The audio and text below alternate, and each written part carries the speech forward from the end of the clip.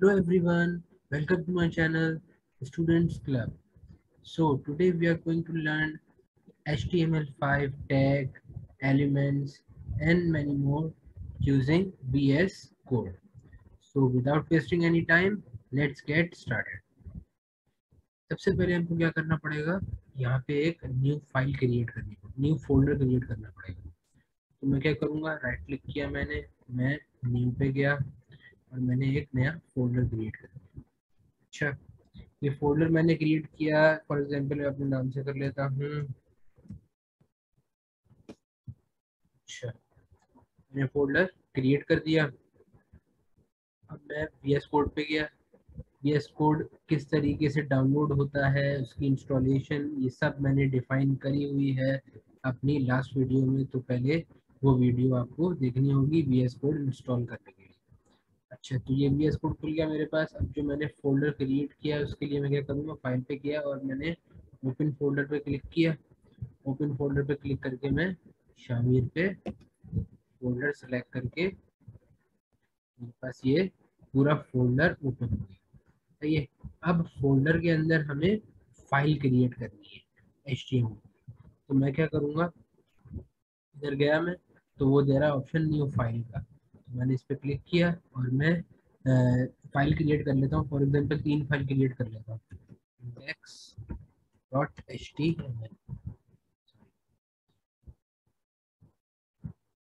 index.html create कर ली मैंने enter कर दिया। अच्छा, अभी मैं 3 फाइल ही अभी एक ही कर रहा हूँ, फिर मैं आपको समझाता हूँ आगे कैसे होगा। अच्छा, ये मैंने एक index.html की फाइल क्रिएट कर दी। .html जो है वो हमारा फॉर्मेट है। अगर हमने .html नहीं लगाया तो वो तो बाकी फंक्शन हमारे परफॉर्म नहीं हो पाएंगे। कौन से फंक्शन वो देख लेते हैं। जैसे अब आपने ये तो लिख दिया कि index.html। अब हमें क्या करना है, हमें कोड स्टार्ट करना है अपना। तो हम क्या करते हैं, ये VS कोड का जादू है। ये देखो, शिफ्ट दबा के मैंने 1 दबाया तो उसने मुझे एक्सक्लेमेटरी मार्क दे दिया। सही है।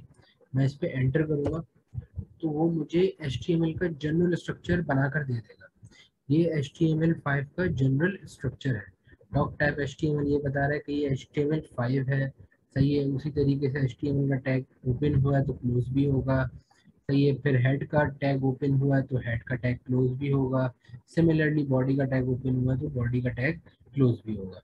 अच्छा, इसके अंदर होता ये है, हेड के अंदर जो टाइटल आता है ना, और टाइटल के अंदर आप जो भी चीज़ लिखते हो वो आता है आपके मेन यहाँ पर।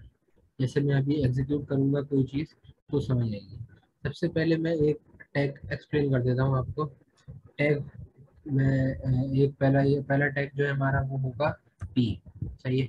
मैंने पी लिखा तो उसने मुझे सजेशंस खुद ही दे दी। अगर आप index.html फॉर्मेट इसका नहीं रखते तो ये सारी फॉर्मेटिंग, ये सारी चीज़ें ये पहले से प्रोवाइड नहीं करता। ना ही डॉक टाइप आया होता, ना ही पैराग्राफ का पी टाइप करने से खुद ही ऑटोमेटिकली सारी चीज़ें आ जाती, ये सब कुछ अवेलेबल नहीं होता। तो मैंने पी लिखा तो उसने सजेशंस शो करवा दी। तो पी जो मैंने एंटर किया जब, तो मेरे पास ये स्ट्रक्चर आ गया।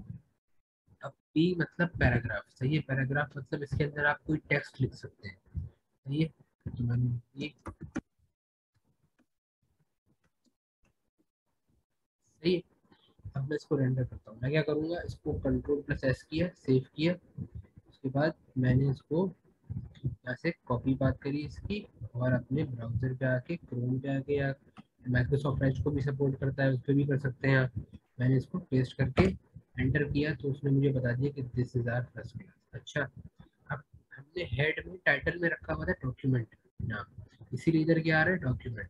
अब अगर मैं चेंज कर दूँ, डॉक्यूमेंट हटा के वेब पेज कर दिया, वेब पेज कर दिया। सही है। मैंने इसको सेव किया, इसको रेंडर किया।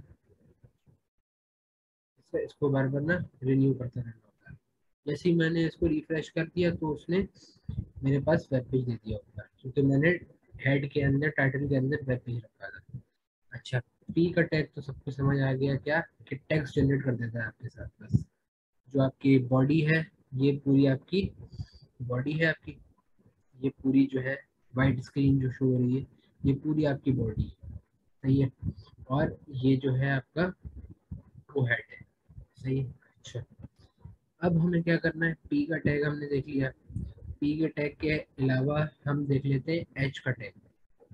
फॉर एग्जाम्पल मुझे हेडिंग डालनी है, तो मैं क्या करूँगा, H1 यूज किया, सही है।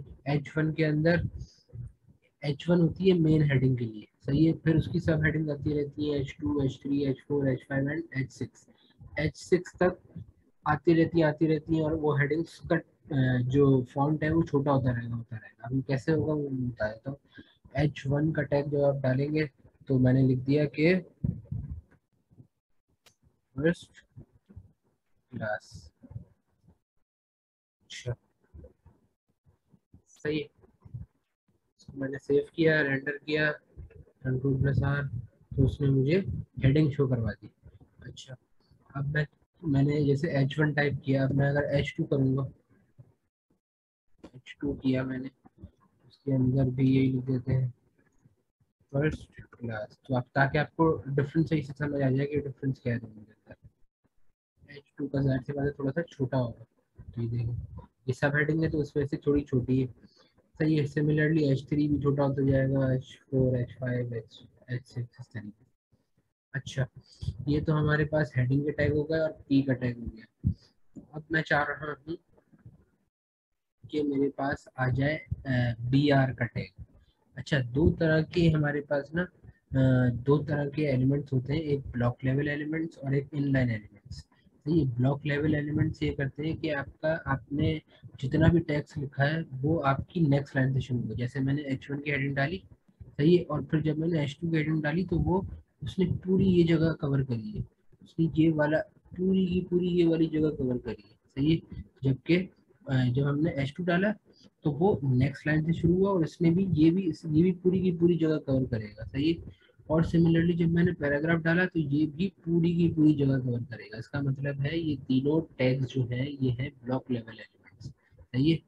अच्छा, इनलाइन एलिमेंट्स भी हैं, वो हम आगे पढ़ेंगे, लेकिन अभी आप कॉन्सेप्ट समझ लें कि ब्लॉक लेवल एलिमेंट्स मतलब नेक्स्ट लाइन से शुरू होंगी, और इनलाइन एलिमेंट्स मतलब अगर मैं ये वाली चीज इसी के बाद चाह रहा हूँ तो उसके लिए मुझे इनलाइन एलिमेंट्स लगाने पड़ेंगे, सही है। अच्छा, ये तो सबको क्लियर हो गया। अब इसके बाद आ जाता है हमारा पी का टैग हो गया, हमारा एच का टैग हो गया। अब मैं बी आर का टैग करा देता हूँ, सही है। बी आर मतलब ब्रेक, लाइन ब्रेक। मैंने लाइन ब्रेक करवाई, फॉर एग्जाम्पल ये यहाँ पे नहीं, इसको यहाँ लगा देते हैं। फर्स्ट के बाद बी आर का टैग लगाया मैंने, एंटर किया, तो अब क्या होगा, दिस इज आर फर्स्ट, और क्लास जो है वो नेक्स्ट लाइन से शुरू हो गई, उसने लाइन को ब्रेक कर दिया यहाँ से, सही है। तो मैंने इसको सेव किया, मैंने इसको रेंडर किया, तो उसने क्या किया, क्लास को नेक्स्ट लाइन से शुरू किया, ब्रेक कर दिया, सही है। अच्छा, फिर यूज होता है एक एच आर का टैग। एच आर का टैग जो है वो बस लाइन क्रिएट करने के लिए होता है, एक छोटी सी लाइन क्रिएट करनी है अगर आपको, तो वो लाइन क्रिएट करने के लिए होता है। तो मैंने इसी के बाद एक एच आर का टैग भी लगा दिया, सही है। सेव किया, रेंडर किया, तो उसने मुझे एक लाइन क्रिएट करके दे दी, सही है। अच्छा, ये तो थे थोड़े से आसान आसान टैग्स। अब हम आ जाते हैं ब्लॉक कोड पे। ब्लॉक कोड का टैग क्या करता है, जैसे फॉर एग्जांपल आपने किसी की सेव उठाई, कायदे आजम का कोई कॉल है, सही है, या फिर गांधी का कोई कॉल है, या फिर किसी भी कोई बड़े इंसान का कोई हायर ऑफिशियल्स का कोई से है, सही है। तो वो आप अगर उठा के अपनी वेबसाइट के अंदर डाल दोगे तो ये हो जाएगा कॉपी पेस्ट, सही है। और वो आप पे कॉपीराइट कर सकता है आसानी से, जिसकी वेबसाइट से आपने उसकी सेव उठाई है, या कोई भी पैराग्राफ या कोई भी हेडिंग उठाई है, तो वो आप पे कॉपीराइट की का केस कर सकता है। इससे बचने के लिए हम क्या करते हैं, ब्लॉक कोड यूज करते हैं, सही है। ब्लॉक कोड मतलब मैं एक तरीका करके दिखा देता हूँ। मैंने फॉर एग्जाम्पल यहाँ पे लिखा कार, कार की इमेजेस आ जाएंगी, इस पे गया, इस पे गया। अब मुझे फॉर एग्जांपल ये टेक्स्ट उठा के अपनी वेबसाइट में डालना है, सही है। तो मैं क्या करूँगा, मुझे ब्लॉक कोड देना पड़ेगा ताकि एक ये आ जाए कि ये जो सारा टेक्स्ट है ये मेरा अपना नहीं है, ये मैंने इस वेबसाइट से उठाया है। तो मैं क्या करूँगा, सबसे पहले हमें इधर आके ब्लॉक कोड लिखना पड़ेगा। ब्लॉक कोड आ गया, एंटर किया, इधर जाना है आपने, इधर जाने के बाद स्पेस दी और साइट लिखा। साइट मतलब इस साइट के अंदर कोई ना कोई लिंक आएगी कि जिस लिंक से आपने उठाया है, और वो कौन सी लिंक है, ये वाली लिंक से उठाया है। अच्छा, लिंक कोशिश करिएगा कि HTTPS में होनी चाहिए। सही, मैंने कंट्रोल C किया और यहाँ पे आके कंट्रोल V कर दिया। अच्छा, यहाँ पे पेस्ट हो गया। तो अब मैं जो भी से है वो पैराग्राफ के अंदर ही लिखूंगा, जाहिर सी बात है। मैंने P का टैग क्रिएट किया और P के टैग के अंदर मैं यहाँ से लेके यहाँ तक का डाटा चाहता हूँ, कंट्रोल C किया और कंट्रोल। जब मैं इसको रेंडर करूंगा तो ये इस तरीके से मेरे पास आ गया। सही है। अब फॉर एग्जांपल मुझे इन्वर्टेड कॉमर्स भी क्रिएट करना है। सही है, तो मैं क्या करूंगा, इन्वर्टेड कॉमर्स के लिए इधर मैं एक क्यू का टैग लगा दूँ। क्यू का टैग लगा दूँ, क्यू का टैग लगा दिया मैंने। इसको मैं कंट्रोल X करके